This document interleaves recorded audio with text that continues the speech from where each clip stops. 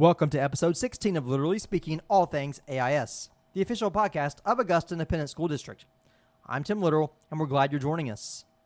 Today, we'll start with a few quick updates from around the district, and then we'll talk with Brandi Brewer before moving on to our In the Loop segment.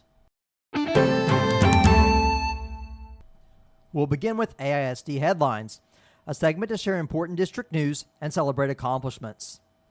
The 2026 graduation ceremony will be held Friday, May 22nd at 7 p.m. in the historic Augusta Gymnasium. Retired Augusta Independent teacher Millie Bush will be the guest speaker. Gear Up Kentucky is sponsoring 3 seniors from across Kentucky to attend the Gear Up Youth Leadership Summit in Washington, D.C. this summer, which will take place July 19th through the 22nd, as part of the Gear Up annual conference. The opportunity to apply for this trip was offered to Gear Up Kentucky Students of the Year. Those applications have been reviewed, and Augusta senior Hayden Taylor has been selected to attend this summer. The Youth Leadership Summit provides a high-quality, national-level interactive training experience and peer-to-peer learning opportunity focused on life, leadership, and learning-to-learn skills for 150 high school students who participate in Gear Up programs across the nation. The Augusta Independent Band Program will be in concert with Picnic with the Pops on Monday, May 18th at 6 o'clock on the front lawn of Echo Hall at 205 Frankfort Street in Augusta. The audience is encouraged to bring blankets and or camping chairs and a light meal to eat while you hear the students perform.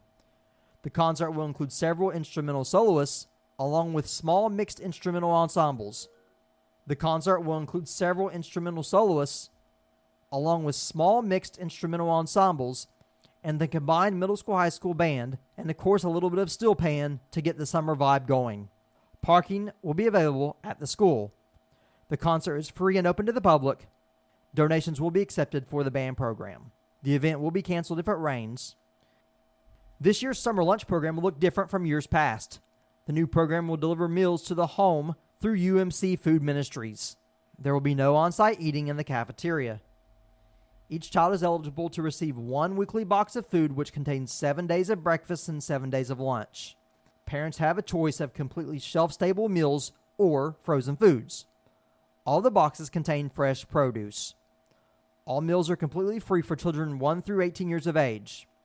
All children, regardless of income, are eligible to receive meals if they live in Bracken County. Children do not have to attend a public school.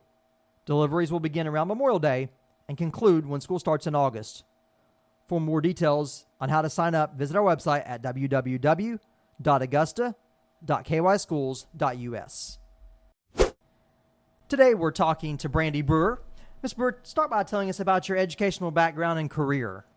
So I started out educationally. I graduated from Fleming County High School in 1998, which is a little ways ago, and I went to Morehead State University where I got my bachelor's degree to become a teacher. I then started working at Augusta Independent in 2003 as a first grade teacher, and that was quite an experience. I did that for 1 year, and then I moved to 3rd grade for 7 years, which I absolutely loved. In the course of that, I got my master's degree in guidance counseling and rank 1 in instructional leadership, and decided to be the assistant principal for 12 years. And then just recently, I was given the job of big title of Director of Counseling, Instruction, and Food Service, and that's where I'm at currently. So 23 years in here, Mr. Litteral. Not too far behind you, finishing up 18. You're one of the many staff members, like myself, not from Augusta or Bracken County, who came and have been here for your entire career. What is it about Augusta Independent that's kept you here? It's definitely the kids. I absolutely love the kids that go to school here. We have great culture. We have a great climate. I love the people I work with. We all get along well, and the community. We have very supportive community members and parents and staff, and it just makes it a great place to work. So I take the thought of, if it's not broke, I'm not going to fix it. So it's perfect for me, and I plan on being here the rest of my career. As you mentioned, you taught elementary school for many years before moving into administration. What is it that made you want to go that direction into administration? Essentially, at first, I wanted to do guidance counseling. That's always kind of been my career goal. And I got that degree first, and Augusta being small, that job wasn't available at the time. So I wanted to work with more kids. I felt like I could make a difference. I loved having my own classroom, and even 23 years, like I still miss having quote unquote my babies. But I feel like being an administrator, I could help out more and I could reach more students. Looking sort of at the counselor role, some people may think you just sit and quote unquote talk to kids all day. What are the hidden parts of the job, though, that a lot of people don't see that you have to deal with or that you're responsible for?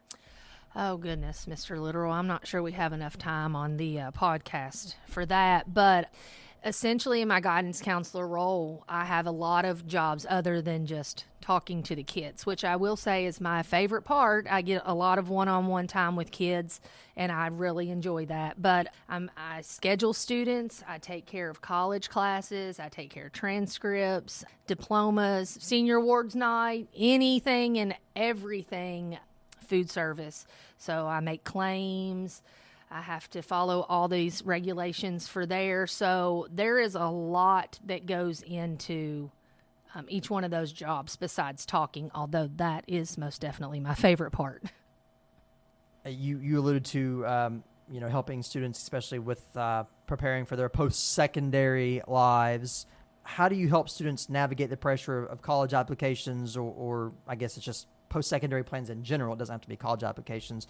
And getting everything properly submitted, because we know this is a very busy time of year for all those types of tasks and activities. So I have, again, like I said earlier, here at Augusta, we are a family. We have a great culture and climate. So I cannot do my job without Autumn Bishop, who is our Gear Up Kentucky coordinator. She is phenomenal, very organized. We kind of delegated out. I'll do the scholarships. Scholarship portion. She helps kind of with the FAFSA and the college applications, making sure everything's submitted. Of course, there's some things I have to do, like sending out the transcripts, but it's really a collaborative effort of parents, students, Miss Bishop, all the staff, and me that gets it done. And somehow every year we get it done, and we do well. I'm proud of our team.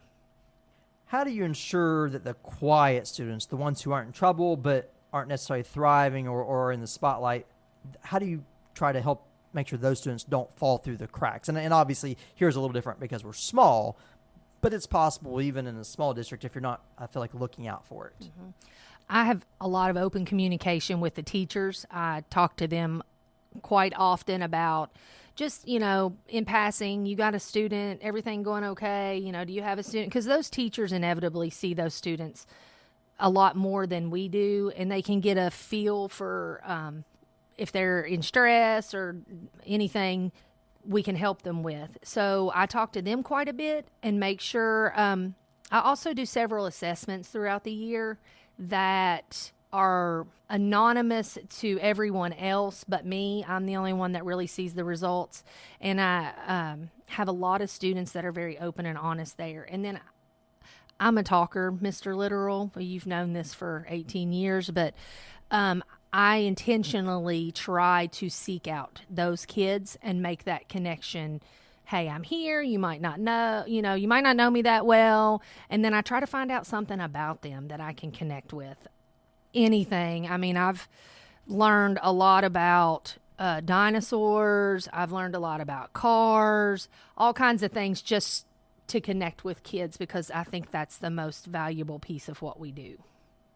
Going back just a second to what you talked about Senior Awards Night and that being obviously one of your big events that you're responsible for, and that happened earlier this week. I thought it was successful. Thought we had made some changes that were effective. I really liked the cords and the stalls because people at graduation, they don't know what those things mean. Just kind of take us a little bit through what our Senior Awards Night entails and how that unfolded. So Senior Awards Night is any and all awards for our senior class, and that includes scholarships. Mainly our local scholarships that are around here. I'm proud to say this year we had a little over $30,000 in local scholarships that we were able to give out to our seniors. So that's really what that night is. It's a recognition night. the magnet school comes and they present certifications that students have worked hard to earn. We do dual credit, which we talk about. We had several students that were out of the senior class. You know, when you look at it, 25 kids and you have 12 that are dual credit, I mean, that's incredible. We have 50%. We had 98% transition ready. Those things need to be celebrated and cheered. We need to cheer that on. So that's kind of what Senior Awards is for. We offer all the scholarships. We do the presentation of the chords, because even in the 20-some years I was here, you don't know what all the chords mean, even as an educator. Right. And so I knew if I didn't know, the students didn't know. And those chords and stoles are pretty prestigious. You know, Panther Proven, that's a pretty prestigious thing to earn. Not everybody gets that. So it's just essentially what we did at Senior Awards, to showcase, and it's a little bit about the parents too. You know, like us parents, we work hard to get our kids there. So parents need to be celebrated as well. It's just an all-around kind of a fun night for us, Mr. Literal, to kind of let loose and enjoy our seniors. Switching roles now to more your food service director hat, how do you define sort of the mission of a school cafeteria? So I don't know about other school cafeterias, but Augusta Independent, our school cafeteria mission is we want all kids to eat, and we want them to enjoy what they eat. That's our main mission. I want to see, if we have, I would say, roughly 315 kids, I want to see 315 meals go out the door. And for kids to like what they're eating and maybe try new things. That's another goal of ours. We want kids to branch out, and we're working with some, it's called local schools, and it's for us to procure vegetables, fruits, and items from local growers. So just some different things to change up. But our main goal is for everyone to eat and enjoy it. Yeah, we're you know the statistic better probably than I do, probably a 50 to 60% free and reduced lunch district. Now, obviously, we're fortunate. We are part of the CEP program, which means every student eats for free. That's been a great program we've had for a number of years now, probably close to a decade. But unfortunately, it may be that some of our students, this is the best meal that they get each day. And I'm sure that's always in the back of your mind and your food service staff members' mind. Oh, absolutely. And that's another neat piece about being at Augusta is, you know, my cafeteria ladies, who are phenomenal, see those kids every day, twice a day, most of them. They know those kids. They make sure that every child, but especially those kids, you know, we're not really supposed to do seconds, but there are some kids that need that, and we know that, and we want to make that a reality. And that's why we want to make the food good. You know, you don't want to eat food. You don't go to Jeff Ruby's for a steak that's not good. Right. You know what I mean? You're that's what we want. We want you to come here. We're not obviously not going to be Jeff Ruby's, but we just want them to have some flavor and have some taste and enjoy it. What is a misconception you think that maybe parents of the public have in general about school lunch?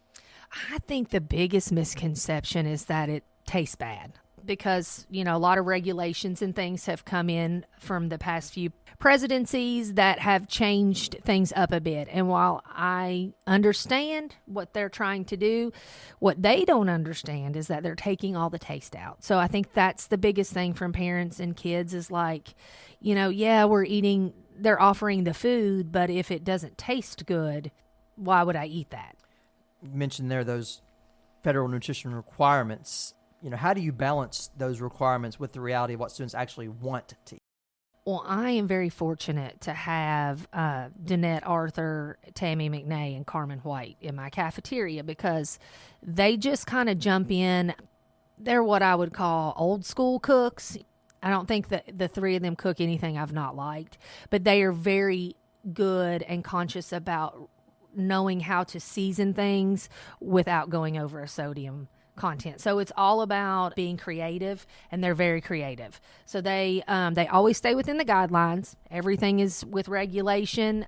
Not to toot the horn, but we did pass our review last year with flying colors. And that's part of it, is they just know how to jump in and make things taste better. And I think it's Miss Danette always says it's because they throw a little bit of love in there. So I think that's probably part of it too, Mr. Literal. What would you say are the top 1 or 2 most popular meals currently? Well, the 2 Asian entrees that we have, the orange chicken and teriyaki chicken, those are 2 big hits, but I kind of count that as one. And then the other one, and I know it's really surprising, is meatloaf. Meatloaf and lasagna. I mean, can you believe most kids, don't really like meatloaf, but again, most people don't cook meatloaf anymore. So it's something different. I want to go orange chicken and lasagna. And if I'm wrong, it's possible. Well, my personal favorite is the hamburger and brown gravy. Oh, you and Mr. Couch. Mr. Couch. I think there's a staff contingent that likes that. That's why it's still on the menu. And even the country fried steak is another meal that I know personally that I enjoy. Yeah, absolutely. Our numbers this year alone from Miss Danette, our breakfast numbers we're getting biscuits and gravy. You get that at McDonald's, and it tastes wonderful. So even my 2 kids, I tend to run late sometimes, and they're always on that day. They're like, Mom, come on, we got to get, it's sausage and biscuit and gravy day. And I'm like, oh my gosh, yeah, let's get there. I know that a lot more kids have started to come eat and enjoy the food, and they compliment, and that's all credit to my cafeteria ladies. They're wonderful. The last thing just to touch on, this was actually earlier in this podcast, we touched on this as part of our headlines, our news segment, and that's the summer lunch program. Mm-hmm. A big change to the summer lunch program this year, but I think a positive change. I think it has certainly the opportunity to reach a lot more students. Talk a little bit about, how that's going to change this year and how it will look different. Okay, so typically in years before, we had an on-site delivery, a meal delivery system Monday through Friday.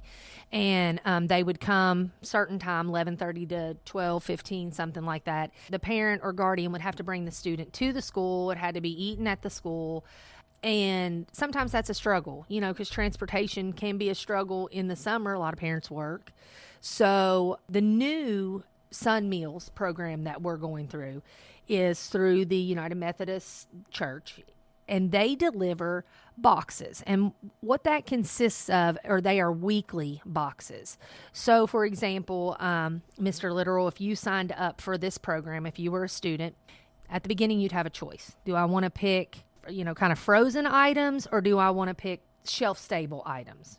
You make your choice, and then every week, once a week, you will get a box delivered to your home that has 7 breakfasts and 7 lunches for that week. And that will happen every Monday until we start school.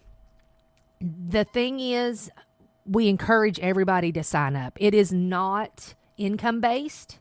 It is not any student at Augusta Independent can get these boxes.